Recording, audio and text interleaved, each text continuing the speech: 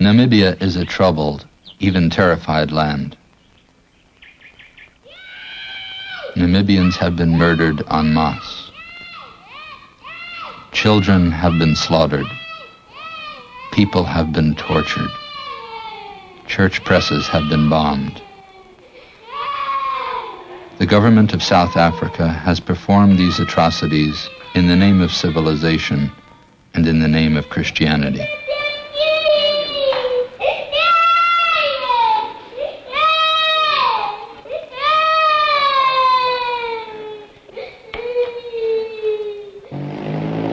South Africa today rules Namibia with 100,000 whites in control of over 1 million Namibians.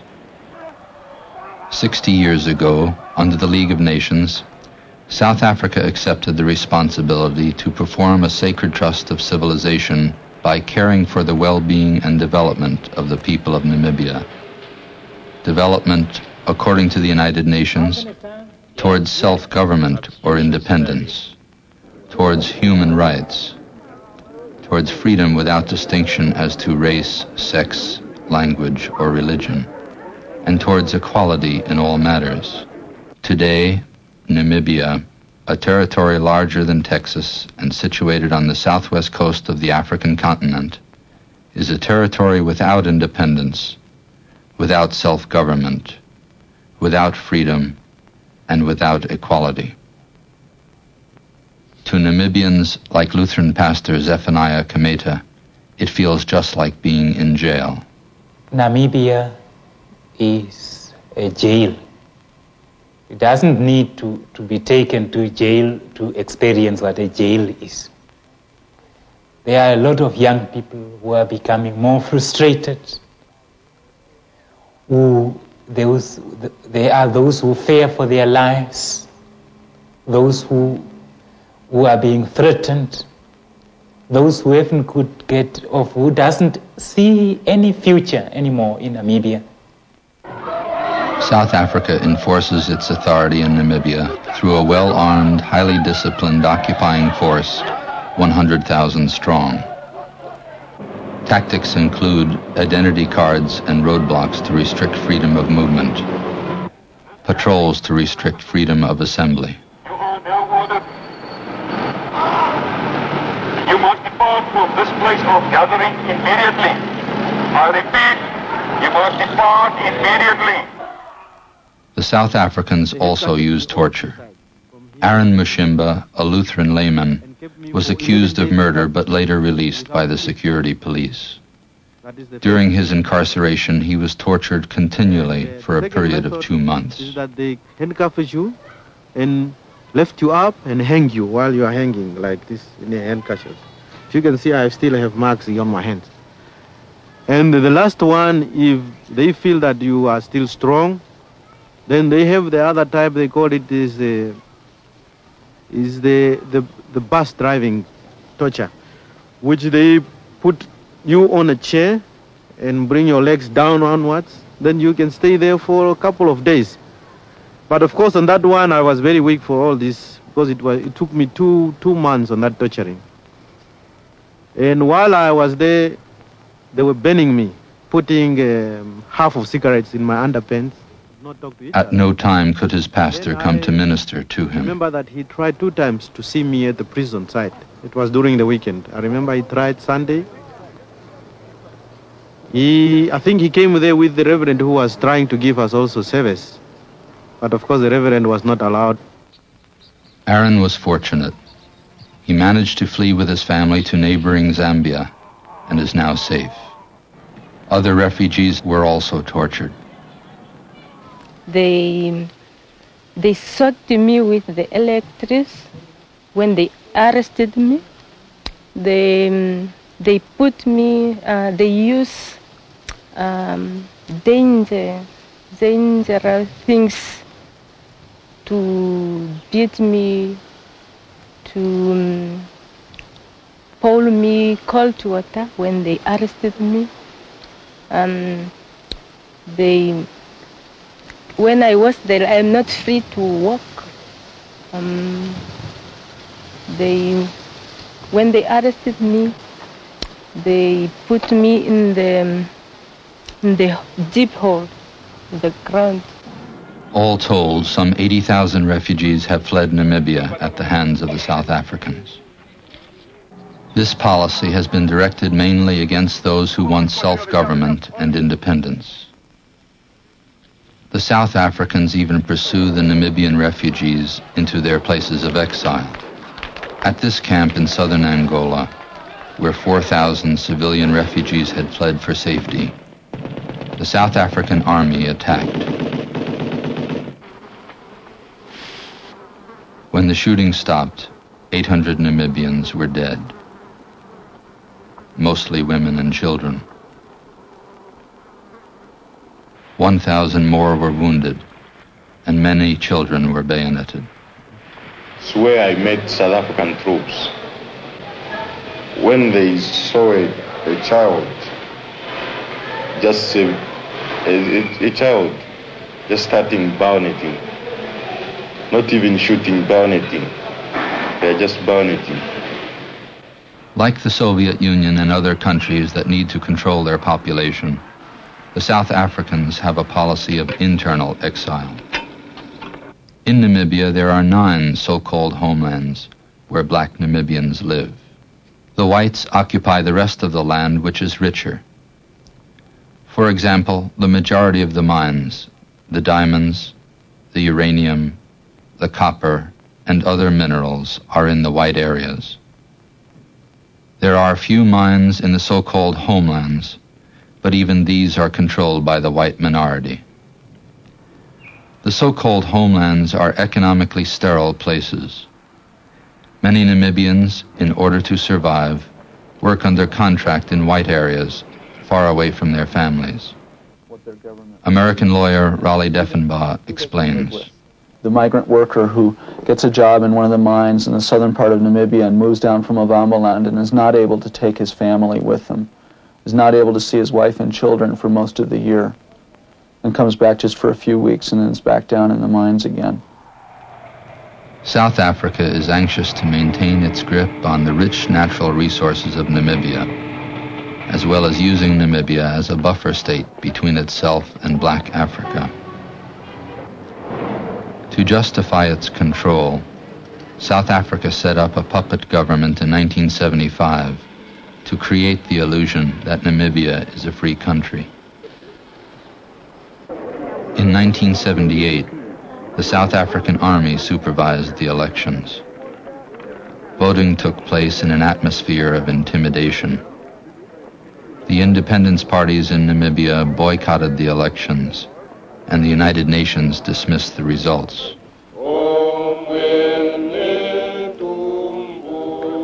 Some 75% of all Namibians are Christians, the majority being members of the Lutheran Church. Once a week all over Namibia, they dress in their Sunday best for worship. Church leaders in Namibia have spoken out repeatedly against the South African occupation. Albertus Masdorp, General Secretary of the Council of Churches in Namibia. The New Testament story of oppression and liberation is for us the content, the message. Now we have to establish the fact that we are an oppressed nation. And that is easy to do in our situation. We want to be what God made us to be. Human beings, made in His image. Human beings who have got right to express what I want to express myself, to say what I want and what I don't want. Even freedom of speech is difficult in Namibia. At 15 minutes past midnight on November 19th, 1980, the printing press of the Lutheran Ovambo Kavango Church, the only free press in northern Namibia, was blown up. South African soldiers were the only people seen near the press in the hours before the explosion. An occupying government official has since said that this is what the church should expect when it gets involved in politics. Restriction on freedom of speech, freedom of assembly, freedom of movement by the South African government, together with the torture, the mass murders and the rest of it, is all done in the name of apartheid, literally separateness. In the mind of the white South African, whites are inherently superior to other people. The whites see themselves as the bearers of civilization and Christianity. It is their ordained right to lead and for others to follow. Theo Kutze, a South African Methodist minister, was banned for his anti-apartheid activities. I am a sixth generation South African. I'm an Afrikaner. I grew up in the Dutch Reformed Church. And so when I'm talking about the situation and talking about the Afrikaner people, I am talking about my own people. Apartheid means separateness, and it is that's a literal translation, separateness, being apart from each other. And in South African terms, this is being apart by law, being different, and being different from the moment of your birth until your death. Apartheid system, it's not only a political problem, but it's more a religious problem. Apartheid is being committed and done in the name of Christ. It involves, in fact, the kind of master race theory that was so typical of Nazi Germany, and there are very strong parallels between South Africa and Nazi Germany, and this is one of them. During the 1960s, when independence came to most of Africa, the United Nations, with U.S. support, stated that South Africa, with its policy of apartheid, could no longer be trusted by the world to guard the Namibian people. In 1971, the International Court of Justice at The Hague ruled that South Africa was occupying Namibia illegally and that it should withdraw immediately. South Africa refused, defying both the United Nations and the World Court. Helpless, Namibians turned to their own independence parties like SWAPO, the Southwest Africa People's Organization, for an answer to the cry for help. In desperation, SWAPO started selective acts of violence against the South African occupying army. Yes, that's a liberation movement which has done a lot, which has really pushed South Africa up to this day, where South Africa is now trying to discuss diplomatically the Namibian problem, is because of the pressure of the Southwest African People Organization. Many members of different churches are members of SWAPO because they see in it an organization which is fighting the violence, the South African government in Namibia. Zephaniah Kameta and other Namibian church leaders have pleaded for help from the outside. At the United Nations in New York, these pleas have been heard by African and non-aligned countries who have tried to impose sanctions on South Africa. Edward May of Lutheran World Ministries is a church liaison with the United Nations. This is 1981 is the 10th anniversary of an International Court of Justice opinion that South Africa is in Namibia illegally and is under obligation to withdraw. They've reinforced it. They've tried to get economic sanctions imposed, but the Western nations veto those sanctions, and the war goes on. People are killed, property is destroyed. Hope kind of clings on the brink of despair. Across the Atlantic in Europe, politicians and church leaders feel their efforts to help Namibia have proved largely symbolic. Henky Kupri, a member of the Dutch Parliament. And, well, we found out that at last the only way to do it was more or less a symbolic boycott of the Dutch oil export to South Africa. I'm saying symbolic because it's just a couple of millions, our oil exports to South Africa. which means it's not very much substantial, but we did it. At least we want to do it because we think that it's one of the last possibilities to fight against the apartheid in a peaceful way. Although the Dutch Parliament approved this oil embargo, the Dutch government has refused to implement it. In Britain, the situation is not much better. Namibia is in the very heart of God, because Namibia is in the very heart of the gospel. We care because God cares. God died in order that men and women should be free. Anglican Bishop Colin Winter was forced out of Namibia in 1972. Britain has $14 billion invested in South Africa. Change could come about in South Africa if Britain wanted to put moral pressure on that government. The fact is that Britain prefers profits to human rights. This is not to say that we hate the rich or despise the rich, but we're saying to rich people, look, the consequences of your investment in South Africa is that you're supporting racism. Would you have supported the Nazis with your money? Would you have, to put it in a very strong way, would you have invested in gas ovens? How on earth then can you invest in racism, which is exterminating people? Church leaders in America are disturbed at the lack of initiative shown by the United States government. David Vickner, World Mission Officer of the Lutheran Church in America. First of all, they should really know the facts of what's going on in South Africa and Namibia, and hopefully that is gradually coming through to them. But secondly, in addition to being concerned about the refugee situation and those being unjustly treated in South Africa and Namibia, we should also be dealing with this whole divestment issue. I think we should take a strong position, either through completely divesting church funds as far as South Africa is concerned, or at least representing our position clearly before those companies that are involved in South Africa. For as we know, our country has approximately $2 billion worth of investment in South Africa. We look at Matthew chapter 25, where in the last judgment, where Jesus say, I was thirsty and you didn't give me water. I was naked, you didn't dress me. I was in prison, you didn't visit me. I was a foreigner, you didn't take me up in your house. That's faith.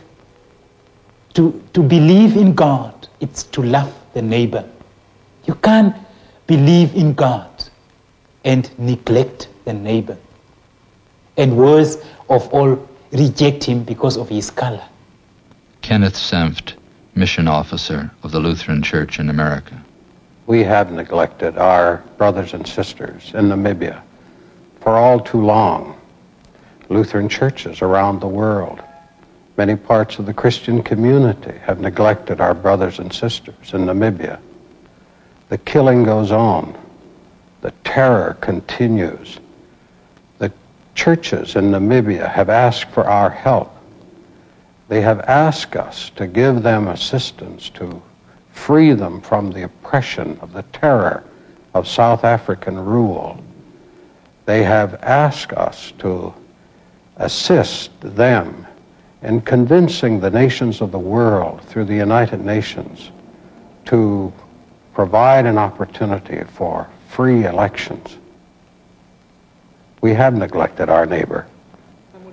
I believe that our brothers and sisters in Namibia would hope for their children that which is the hope for a new life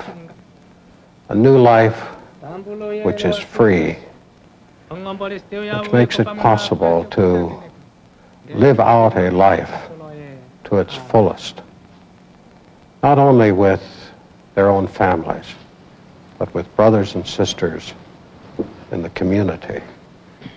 It's that kind of a cry for freedom that the brothers and sisters in Namibia are calling for.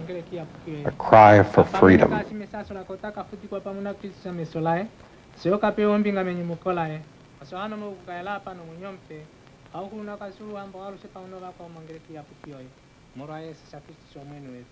Amen.